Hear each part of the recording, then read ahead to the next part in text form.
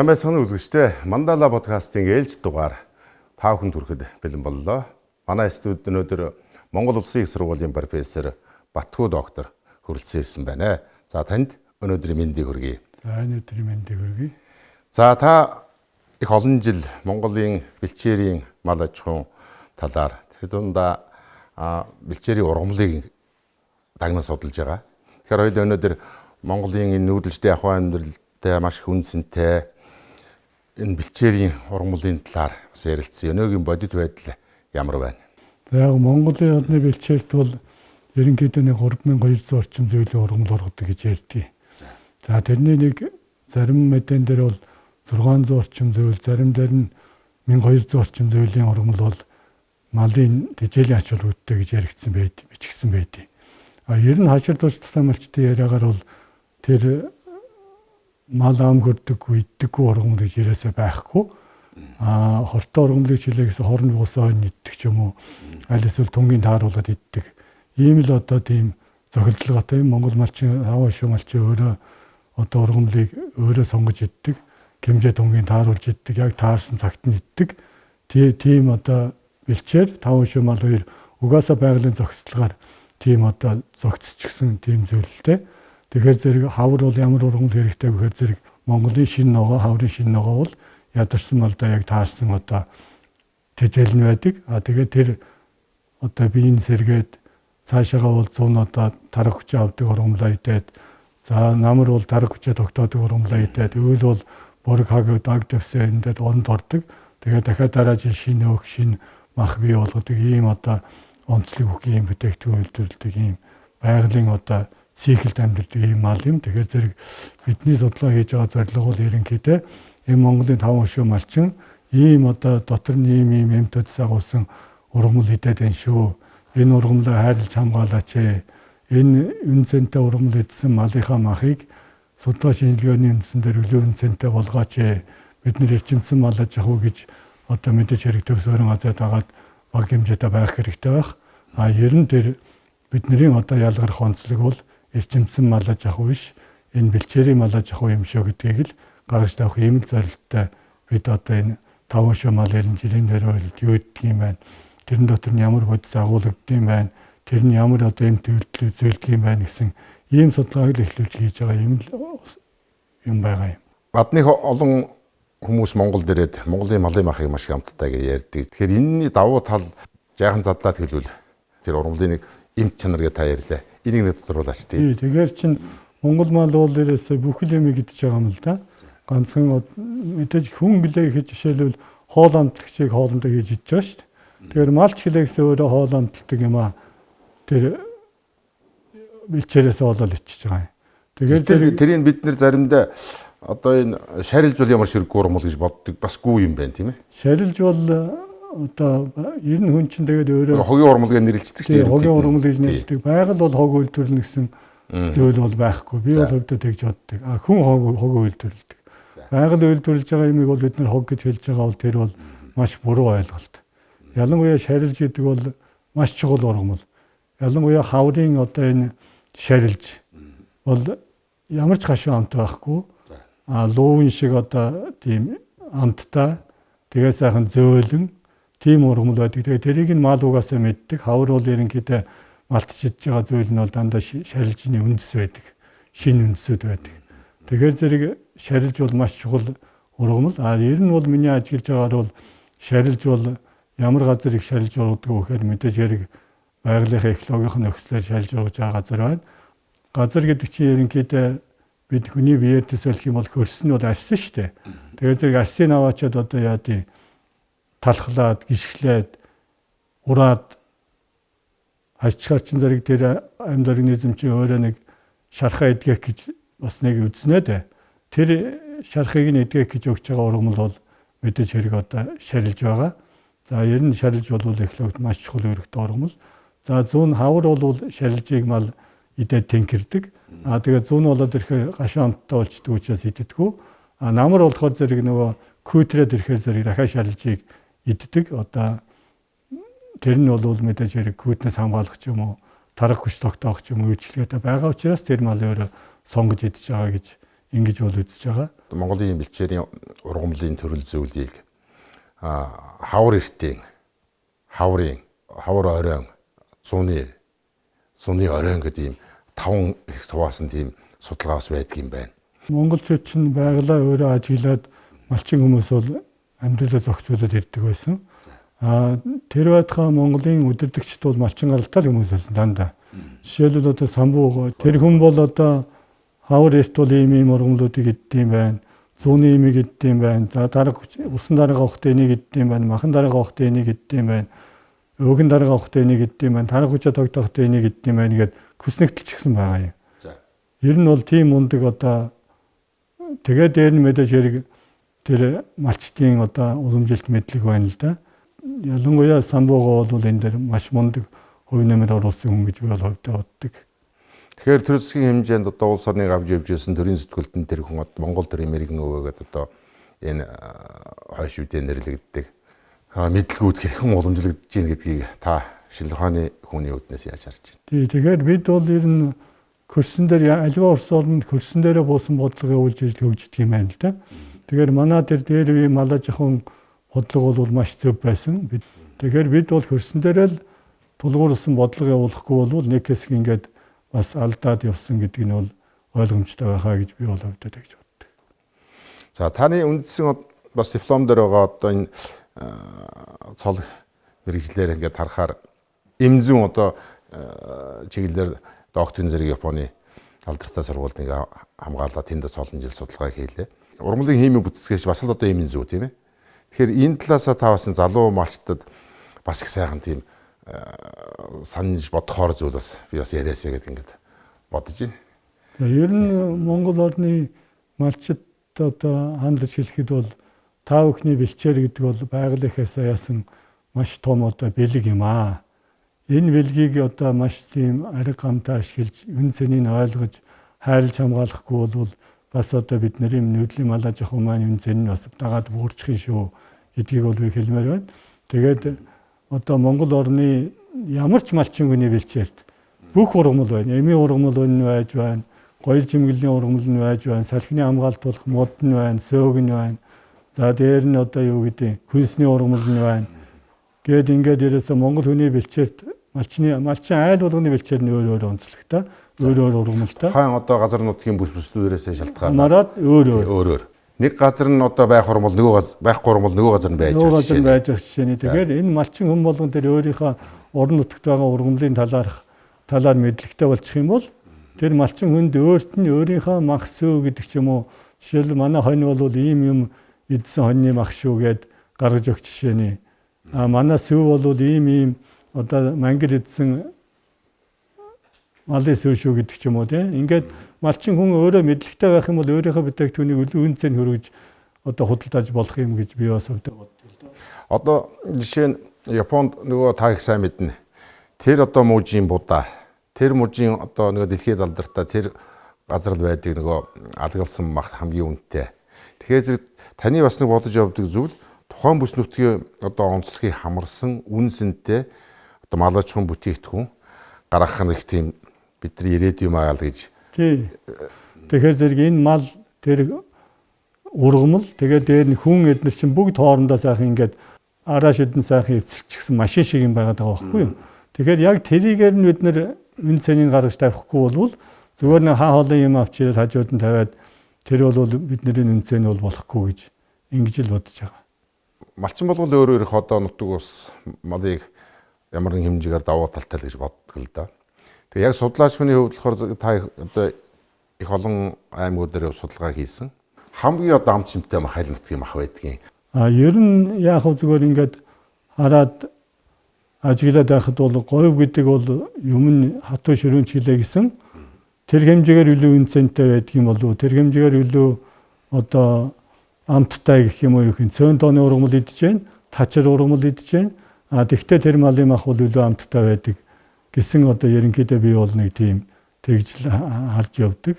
Говьд таан дахиад тавгалдаг 8 сар, 9 сар хүртэл бороо ороход махан сайхан амттай шимт үз сайтай гэдэг тийм ээ. Тэгээ манай одоо химийн хөрөөлөнд ажиллаж байсан шинжилгээ ухааны доктор Батсүрэн гэж одоо миний бас хамтран ажиллагч байсан.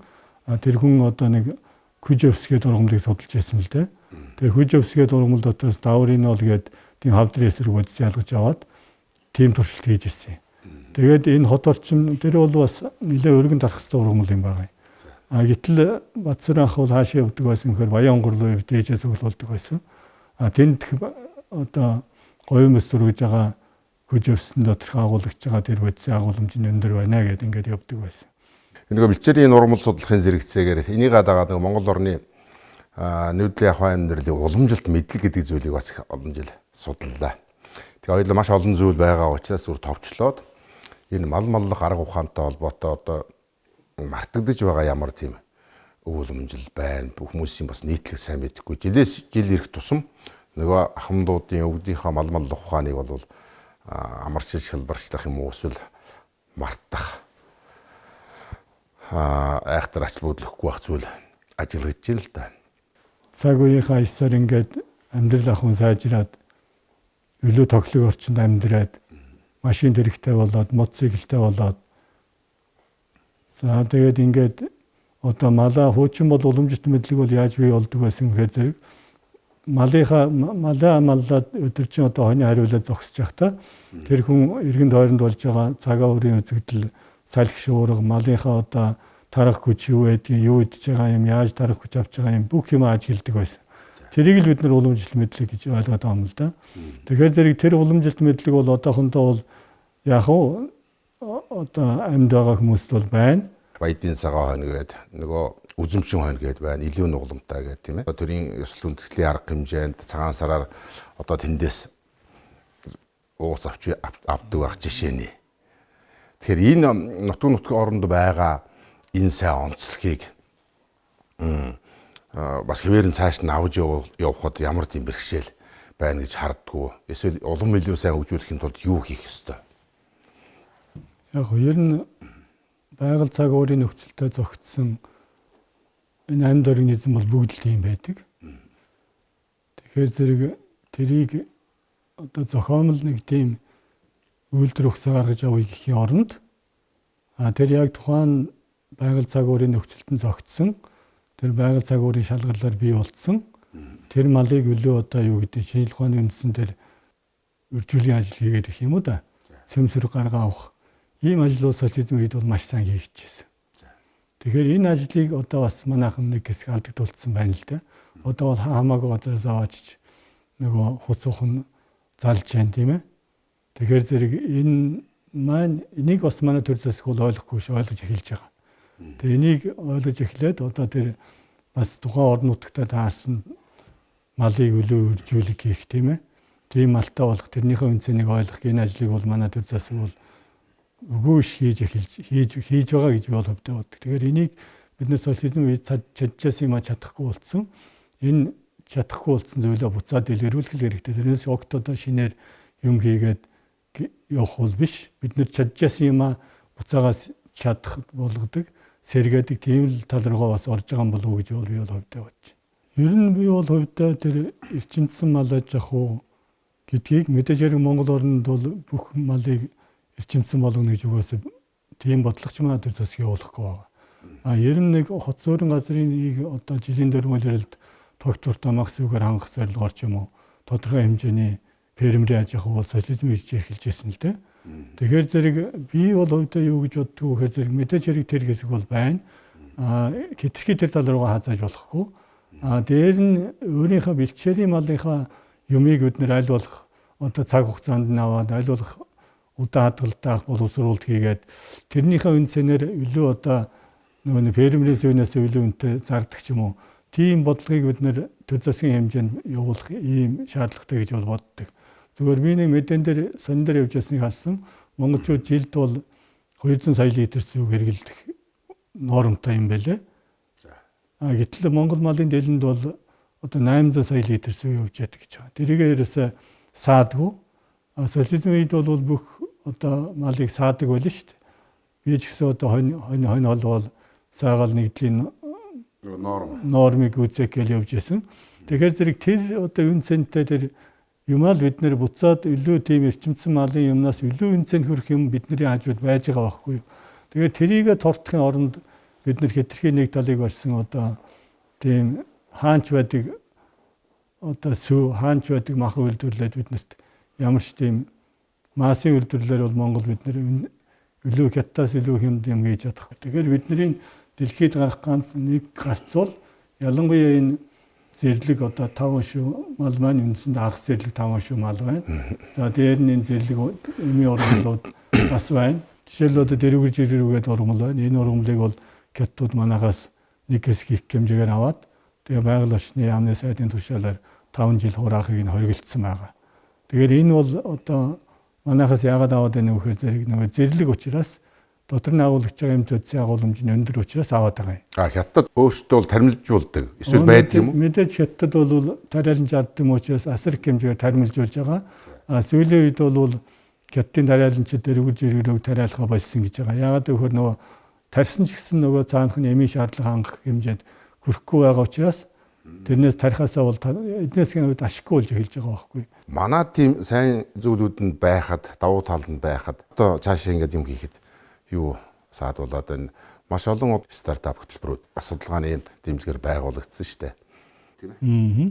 Тэгэхээр зэрэг яг хөө Монголд бол би ингэж боддог л да Монголын зах зээлд Монголд оронд байгаа энэ биологийн нөөц бол одоо маханч байна уу, сүүнч байна уу тийм ээ. Алис эмийн ургамланч байна уу. Ингээд харахаар зэрэг эднэр бол 3 сая хүнийхээ хэрэгцээг бол хангаад явахд бол хангалттай хэмжээний юм бол байгаа Монголд. Харин бид нэр гадагшаага гаргана гэх юм бол энийг маш одоо нэг цонхны бодлогоор яг чанартай ургамлыг тодорхой одоо юу гэдэг байгалийн нөөцийг зүй зохистой ашиглах замаар бид нэр өндөр үнцэнтэй бүтээгдэхүүнийг гадаадын зах зээлд гаргах ёстой. Тэрнээс тармилжуулаад гаргах гэх юм бол тэр бол таны түрүүний ярьдаг заавал их хэмжээгээр гарах боломж байхгүй. Их угаасаа Монголын байгальд бид нэр их хэмжээгээр гарах боломж байхгүй. Маш эмзэг. Тэгэхээр зэрэг бид нэр Монголда тармилжуулаад гаргах гэхээр чинь тэр бол бас худлаа. Бид нэр гадна хятад тармилжуулж байгаас чанартай юм хийж чадахгүй, хятад тармилжуулж байгаас хямд юм хийж чадахгүй. Яагаад гэвэл зэрэг бид нэр өөрсдийнхөө соёлыг бас ойлгох хэрэгтэй. Монголчууд гэдэг чинь нүүдэлчин ард юм шүү дээ. Малаа малдаг ард юм. Хятадууд бол тэр газар тариалан эрхэлж цаам удааныхаа талбай дээр ногооныхаа талбай дээр бүтэн өдөржин байдаг тийм соёл суудсан ард юм. Тэгэхээр зэрэг энэ нүүдэлчин хүн тариаланч хүн болно гэдэг бол энэ нэлээд хэдэн үе дамжсан явж ээж тариаланч болох болохоос биш. Өнөөдөр нүүдэлчин байсан хүн маргааш тариаланч болчихно гэдэг бол ерөөсөө тийм байхгүй. Тэгэхээр энэ соёлын ялгааг бид нэр бас одоо эднээс хөгжүүлэхтэй ямар салбар дээ Монгол хүн гэдэг чинь юунд чиглэсэн хүн юм бэ гэдгийг ойлгохгүй. Ялангуяа миний ойлгож байгаа бол Монгол хүн бол энэ IT чиглэлд бол их сайн таарах хүн гэж болоод. Яагаад гэвэл зэрэг бидний ахуй маань тийм байсан. Тэр өдрийн тэнгэр мэднэ гэж хэлдэг. Хоноо хаашаа үлчэхэд тэр өдрийн өглөө босоод хараад одоо шууд шийдвэр гаргадаг болохоос биш. Үржлээ шийдвэр гаргадаг. Тэгэхээр ийм тулсан юмд Монгол хүн бол их тийм маш зөв шийдвэр гаргаж чаддаг. Гэнти шийдвэр гаргаж чаддаг. Тийм чанартай учраас энэ иймэрхүү нөгөө нэг Монгол хүний өөрийнх нь тэр байгалаас заяасан өвгтгөнд тулгуурлаж одоо улс орныхоо бодлогыг эдийн засгийн салбарыг хөгжүүлэх хэрэгтэй гэж би бол өвдөө бас тэгж боддог. Бас л тийм манай нүүдэлчдийн ахуй соёлтой холбоотой бас сонин өгдөл байна шүү дээ. Тий, өгдөл. Тухайн үедээ шийдээ явуулдаг. Тий, тухайн үед шийднэ. Бэлчээрийн энэ даас гэсэн гэдэг нэг зүйл маш их яригддаг. Энэ дээр одоо гадны хүмүүс хүртэл санаа зовдөг. Энэ дээр тодорхой хэмжээнд бас судалгаа шинжилгээ хийдэг юм байна. Таны бодол болохоор зэрэг бэлчээрийн одоо малч хоо бас ингээд улам сайхан ингээд яг имзэгч гисэн авч явах бидний хамгийн одоо ирээдүй гэж. Гэтэл нөгөө нэг талаас бэлчээрийн даацыг та одоо яг энэ бэлчээр яаж харж байна? Тэгэхээр зэрэг ер нь бол юу л да Монгол малын үнцэн хэдийд байх вэ гэхээр зэрэг яг идэх систем идчихэж л тэр малын үнцэн гарч ирнэ. Хавар идэх систем хавар идээд, зүүн идэх систем зүүн идээд яг одоо бэлчээрийнхаа даацсан таарсан малтай байж ич. Тэгэхгүй бэлчээрийн даацнаас хэтэрчих юм бол тэр мал нөгөө хавар идэх яргуун дутуу бол нэг юм дутуу болчихж байгаа юм. Монголчууд чи ярьдгийг шүү дээ нөгөө үүргэндээ цадаагүй хураг төлөг болтлоо майлнаа гэж. Тэгэхээр зэрэг жишээл үүргийг бол тэр төрсөн дарууд нь дуулахгүй бол дараа нь хичнээн өгчөөгөө нэмэргүй болчихж штэ. Тэрнтэй жилхэн яргуу гэдэг бол хавар гараад хавар мал итгэхээс дургамал болохоос биш. 100 гараа зулмаад хэлэхээс ургамал биш юм байна л да. Тэгэхээр зэрэг яг тийм нөгөө нэг иддэг юм а иддэг цагт нь идчихэж тэр мал одоо жинхэнэ үн цэнтэй байгаа байхгүй юу. Тэгэхээр зэрэг хавар идэх яргуун дутуу бол тэр малд нэг юм дутуу болчихно. Нэг бол нөгөө бэлчээрийн даацна гэдэг чигээр зэрэг хуучин 2 хаздаг ургамлаа энэ нэг хазах жишээний дутуу болчихж байгаа байхгүй юу. Тэгэхээр зэрэг энэ сайхан тийм байгаль тэр ургамал хүний амтны хооронд 5 шим малын хоорондын энэ сайхан зохицолгоо бэлчээрийнхаа даацсан таарсан малтай байхыг л хэлээд байгаа юм. Яг одоо сургаг бэлчээртэй тэгээ малынч одоо юу гэдэг эрүүл одоо бол нөгөө бэлчээрийн даацсан гэтэрсэн учраас малын тоон ихчихсэн учраас мал бол биеинд авч ярч байна.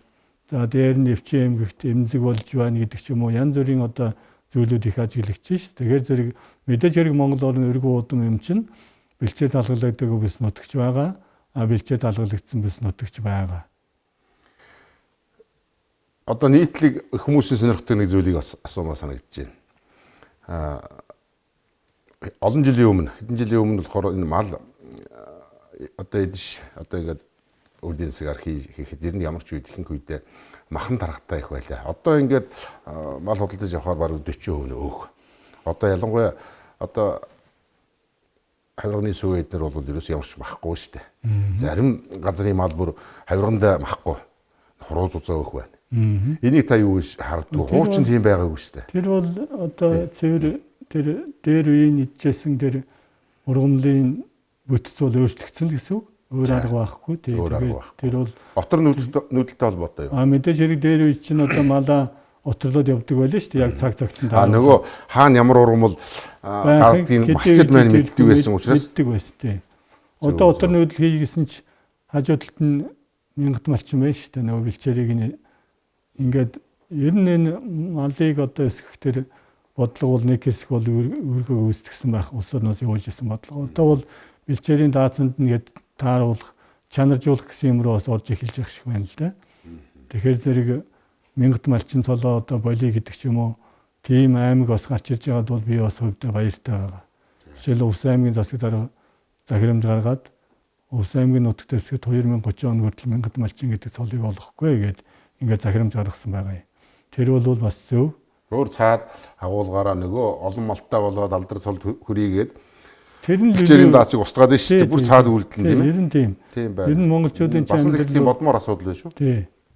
Тэгэхээр зэрэг одоо энийг үлгэр дуурайл болгоод хүнсгэдэ жоохон яамны сайд одоо нөгөө сайн малчин шалгаруулах болцол дотроо бэлчээрийнхаа даацсан тааруулсан эсхийг оруулдаг ч юм уу. Одоо тийм нөгөө нэг үзүүлэлтүүдийг бас оруулж өгвөл энэ илүү одоо зөв болно байх. Тэгэхээр бид нар ч үлээ гэсэн бас хөдөө орнот дөрнж байгаа энэ малчдын одоо үйлж хаварж байгаа тогтжуулах мод тэжээлийн ургамал тарихын үйл ажиллагааг нь бас тодорхой хэмжээгээр дэмжиж бас малчны төгөлгээд юмыг бас хоёр малчны үйлжинд Төв аймгийн арх улсанд байгуулсан л да. Тэгэхээр зэрэг тэр малчны төгөл дотор тэр одоо хотын чинь саад гэрийнхээ одоо саадтай байна шүү дээ. Тэгэхээр зэрэг малчин хүн чилээ гэсэн өөрийнхөө бэлчээр дотор байгаа ургамлаас үрдсэн саадтай байгаа тэрийгээрээ дамжуулаад малчин хүн өөрийнхөө мэдлэг боловсролыг дээшлүүлдэг ч юм уу ургамлаа зүй зохистой ашигладаг ч юм уу. Одоо жишээ нь малчин хүн яагаад өөрийнхөө бэлчээрээс нэг үл зөгийг тавиад нэг 20-30 кг зөгийг бол хороогаад авч болохгүй гэж. Энэ бол бүрэн боломжтой гэж бол бас мэргэжлийн хүмүүсээс асуухад ярьж байсан. Тэгэхээр иймэрхүү маягаар малчин хүний амьдралыг бас илүү бэлчээртэй нь холбож өгөх, ийм юмыг хийх, ариг гамтаа ашиглах, энэ тал руу нас төр засаг бодлогодод тусах гэн зөв байхаа гэж бодож байна. Тэгэхээр монголчуудын уламжилт мэдлэг гээд энэ судлагдаагүй зүйл хэр олон байна. Одоо маш олон монголчууд маш олон тийм эми ургамлыг одоо ингээд тийм сайн ийм сайн ингээд өөрсдөө бүр эртнээс ингээд ууж хэрэгэлдэг байлаа. Тэгээд тэн дээр үндэслэлсэн бас юм эмүтч байна. Гэхдээ бүр одоо дэлхийн нийтийн анхаарлыг татах тийм хүчтэйч гэдэг юм уу, тийм сонирхолтой, үр дүнтэй тийм эми ургамал дээр үндэслэлсэн тийм ашигтай зүйл гаргаж авах боломж байдгүй. Яг монголчуудын энэ уламжилт ангаахан гэдэг юм чинь бас нүүдлийнхаа мал аж ахуйг дагаад бас тэр ажиглалтаасаа үндэслээд ингээд хөгжсөн болов уу гэж би бол хөвдөө боддیں۔ Монгол малчин ерөнхийдөө ямар ургамлууд идэж байгаа вэ гэхээр ихэнх нь одоо хүний нүдээр харах юм бол эмийн ургамлууд байгаа байхгүй юу? Тэгэхээр зэрэг ер нь Монгол хүн бол ерөнхийдөө тэр мал юу идэж гэнэ үү? Тэрийгээ бас сайн ажиглаад магадгүй дээр үеийн хүмүүс бол за энэ мал таргалахтаа юу иддэг байсан, турхтаа юу идэж гэнэ, тарах тэнгэрхтээ юу идэж гэнэ гэдгийг магадгүй тухайн үеийнхэн малаа гаргаад хотод дотор байгаа ургамлуудынх нь найрлагыг олж агаад тэрийг олон янзын жолуудыг зохиосон ч байж магадгүй гэж би бол хөвдөд гэж боддیں۔